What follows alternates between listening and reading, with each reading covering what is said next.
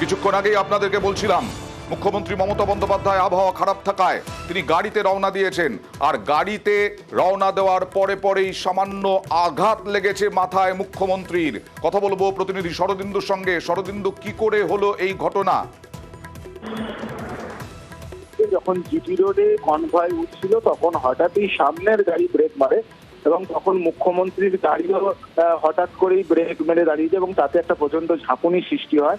মুখ্যমন্ত্রী সামনের আসনেই বসেছিলেন, তখনই তিনি পাশের যে গাছে তার মাথায় আঘাত লাগে। তবে আঘাত খুব গুরুতর নয়। আধিকারিকরা সকলেই ছুটে যান যে জানতে, মুখ্যমন্ত্রী তাদেরকে আশ্বস্ত করেন। তবে মাথায় তিনি সামান্য আঘাত পেয়েছেন। কিছুক্ষণ পর আবার কনভয় কলকাতার উদ্দেশ্যে রওনা দেয়।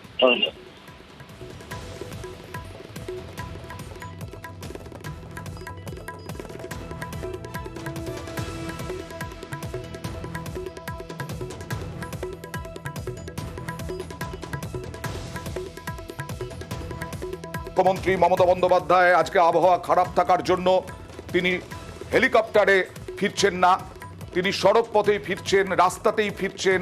আর বর্ধমান থেকে ফেরার পথে হঠাৎই ব্রেক কষে তার গাড়ি এবং সেই কারণে মাথায় সামান্য আঘাত পেয়েছেন মুখ্যমন্ত্রী।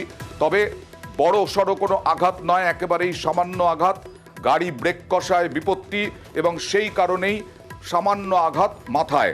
আজকে বর্ধমান সফরে মুখ্যমন্ত্রী মমতা বন্দ্যোপাধ্যায় গিয়েছিলেন হেলিকপ্টারে, কিন্তু যা অবস্থা ওয়েদারের, গোটা বাংলাতেই প্রায় বলা যায় অকাল বৃষ্টি। আবার এই শীতের সময় সেই অকাল বৃষ্টি এবং খারাপ আবহাওয়ার জন্য হেলিকপ্টারের বদলে তিনি একেবারে রাস্তায় ফিরছেন।